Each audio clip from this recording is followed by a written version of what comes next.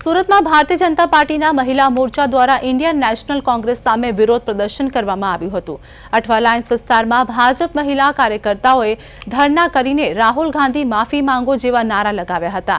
AI summit દરમિયાન રાહુલ ગાંધી દ્વારા કરાયેલ નિવેદન સામે રોષ વ્યક્ત કરતા કાર્યકર્તાઓએ સૂત્રોચ્ચાર કર્યા અને ભારે અસંતોષ દર્શાવ્યો હતો।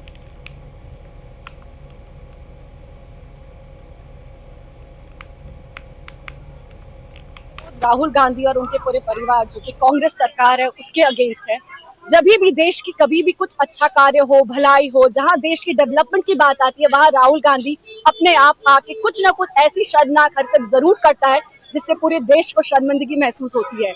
आज देश मोदी जी के सरकार में आगे बढ़ रहा है तो हम सबको जरूरी है कि उसका साथ दे, ना ही इस तरह की हरकतें, ओछी हरकतें करके देश का नाम को रोशन करने एआई સબમિટની અંદર જે પ્રકારે કોંગ્રેસ પાર્ટીના કાર્યકર્તાઓ અને રાહુલ ગાંધી દ્વારા જે વિરોધ કરવામાં આવ્યો છે ત્યારે આ ભારત દેશ જે પ્રકારે દેશ અને દુનિયાની અંદર નામના મેળવી રહ્યો છે એમને કલંક લગાવવાનું કાર્ય કોંગ્રેસ પાર્ટીના કાર્યકર્તા અને રાહુલ ગાંધીજી દ્વારા કરવામાં આવ્યું છે। રાહુલ ગાંધીએ માફી માંગવી પડે દેશની અને દેશની મહિલાઓની, કારણ કે એ સબમિટની અંદર આંતરરાષ્ટ્રીય દેશોના પ્રમુખો પણ આવેલા હતા અને સાથે સાથે અમારી મહિલાઓ પણ હતા। ભારતની આ સંસ્કૃતિ છે કે મહિલાઓનું સન્માન કરવું, મહિલાઓની મર્યાદા રાખવી। આ મર્યાદાની બહાર એ લોકો ગયેલા છે રાજનીતિની અંદર।